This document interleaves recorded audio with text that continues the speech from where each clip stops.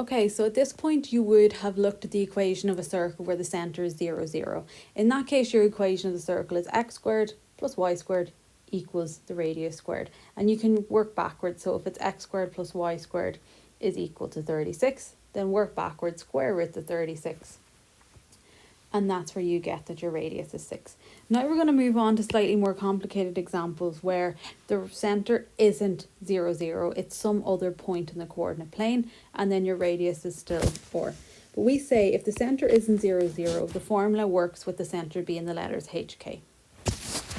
And what we're going to look at is if your centre is HK and your radius is R, this is in your log tables page 19, you can use this formula here, where H you just swap in the formula for the x coordinate of your centre, K you swap for the y coordinate, and R you swap for the radius. You might need to find the radius using the distance formula.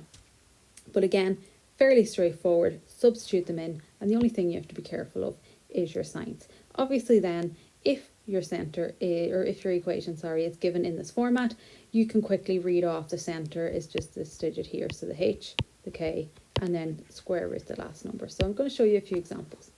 So find the equation of the circle with centre 3 minus 1. So your centre is your H and your K, and your radius is 4, so that's R. Write out your formula, the same as most coordinate questions. And then it's a nice straightforward substitution. So instead of H, I'm going to swap H with a 3. Instead of K, I'm going to swap K with a minus 1. And instead of R, I'm going to swap R for a 4. Now, I'm going to go back because this is a double negative, so that changes to a positive. Now I'm going to multiply it out. So square your first bracket.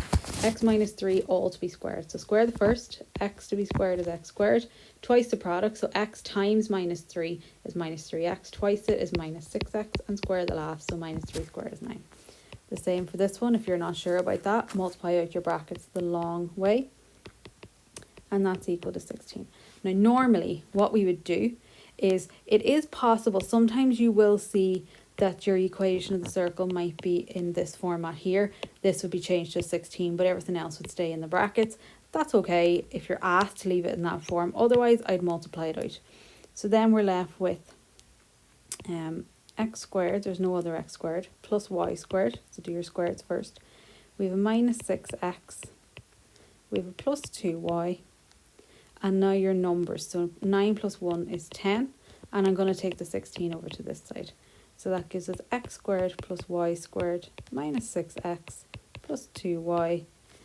10 take away 16 is minus 6 is equal to 0. So normally we multiply it out so that we can get our final answer, and that's your final answer.